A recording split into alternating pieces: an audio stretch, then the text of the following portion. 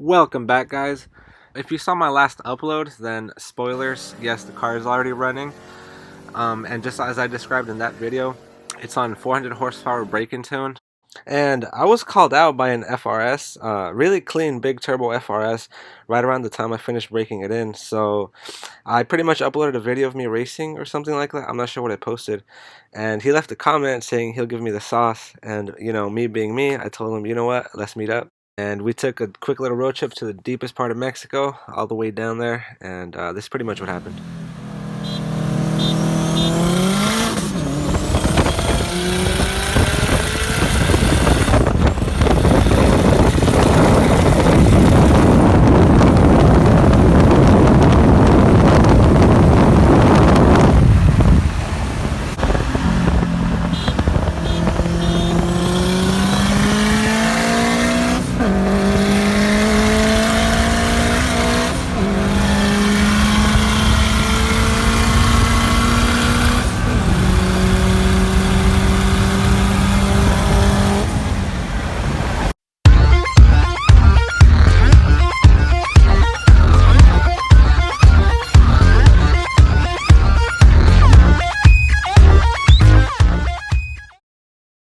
The way this power steering reservoir was mounted, it was attached right here. I already cut it, as you can see. So this bracket, I'm gonna have to rivet it or weld it right there.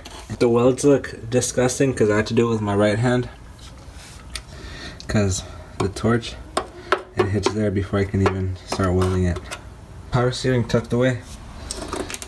I just refill it there. It's actually pretty hidden and mounted nicely. The cooler kit I'm going to use, it's 20 bucks at AutoZone. Here's the hose I'm going to use to reroute mounting stuff. This one, it's shorter width-wise, because the other one was just one tube that went all the way around. So it's going to be like that. I'm going to make a bracket from that little bolt right there, a little L bracket. Bending this all the way down and making it go through there was gonna look kind of ugly. So what I'm gonna do is I'm gonna cut it here, double flare, and cut a hole here so that this big line and the small one coming off of here go through there. And then that still leaves room for the filter. Right there. Alright, now I have the hole, got it all cleaned up. I got a drill bit and rubbed it against the edges and then sanded it a little bit so it won't be sharp. But to help on top of that, I'm gonna get this vacuum hose, cut a slit in it, and then slide it around the edge so that it has a rubber edge. That way it won't cut these two lines. So I'm gonna get to cutting. Okay, I just cut it up to the radius of it, and I put a slit down the middle. It's stuck in place pretty good. And if I have issues with it moving around, I'll just drill a hole here and then put a zip tie through it and clamp it down. But for right now, that's in there pretty good. Now I have the lines back on and they're out of the way. As you can see, they leave all the room open for the filter. Pretty tight in there, but nothing touches each other. Nothing.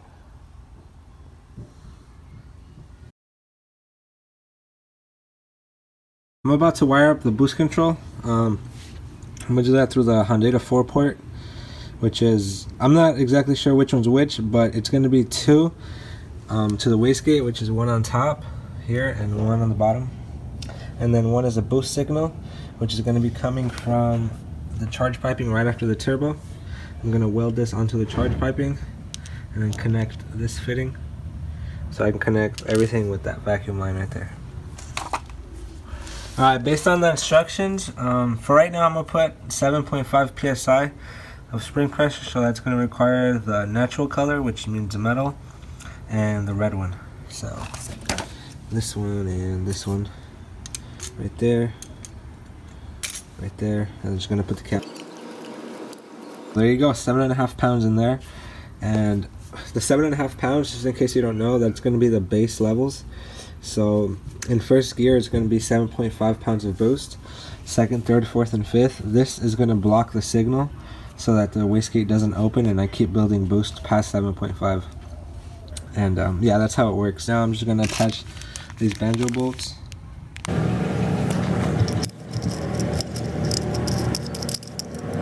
I got them in, the 2 banjos and the plug. I guess this is so you can choose which side you're gonna put it on. Okay, I put the alternator on, and that kind of makes it look complete, almost like it's ready to start.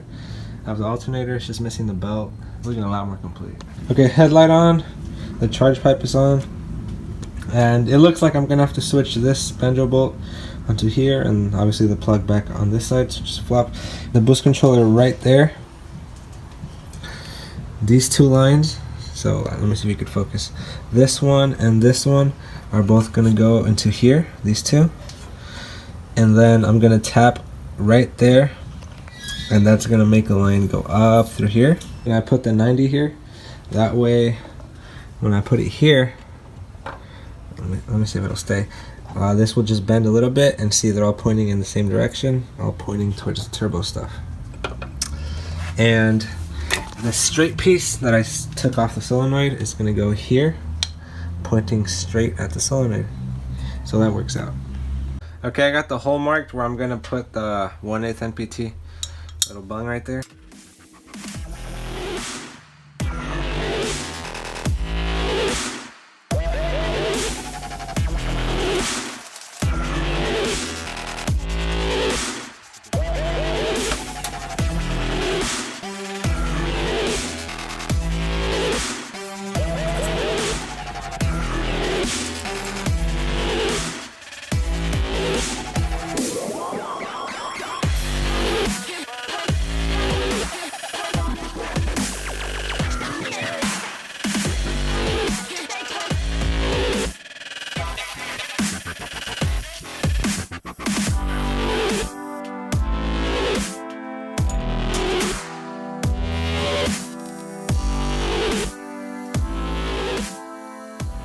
It's all welded up. So I lost the video of when I was putting this on, so I'm taking this now, but this is pretty much how I routed it. I wanted to make sure, again, nothing touches anything else so that it doesn't rub and break itself over time. It came out pretty clean in my opinion. Still works, and it's still holding on strong. Alright, so this is how I'm going to wire the Hondata. So I covered the 2 wires with the Tessa tape, and then it goes under the headlight. It's protected by some vacuum hose or coolant hose, I don't know what it is, but that way it doesn't rub and break. And then it comes down here. I connected a disconnector to it in case I gotta remove it without taking off the whole line. And then I'm gonna stick it through here, try to run it all the way through. Hey, there it is. Cool. Now I'm gonna route this where that wiring harness is at, over the fender. Both sides have a little bit of tubing on them so they don't get cut. Same thing here. Comes out of there, goes up into that tube. Got a little bit of progress. Have a little boost leak right there. Okay, to do the oil feed line, I'm just gonna put this into the block, attach the sandwich plate onto it, and then put the filter. And the way I'm gonna tap it is with this feed line attached to that. I'm gonna get my oil pressure sensor, which I have a line attached to it, and then I can locate this somewhere else on the bay because I don't want this big old thing hanging off of the block. And I don't think it fits anyway because it's too wide. When I put it here, it's gonna hit the block. It's really big. Oil pressure, oil feed. Here it is on the back of the block. So this is the oil pressure that I'm gonna route up to the back of the intake manifold and strap it to the firewall. This is the oil feed that I'm gonna push up right next to the intake manifold, right where my finger's at. Oil temperature sensor, which is right there. Push the oil feed up to the side of the block, and now it's gonna go through here. Pull it all the way through. Okay, there it's bolted up. Now I'm just gonna tuck this right under this plastic piece of the timing cover. And there you go, nice and tucked away.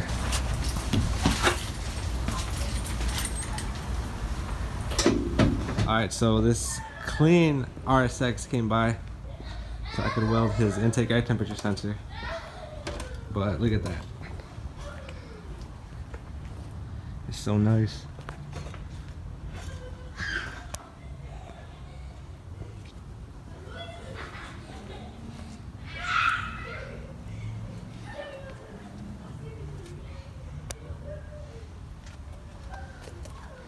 Got the black intercooler and everything. Damn, these kids are annoying.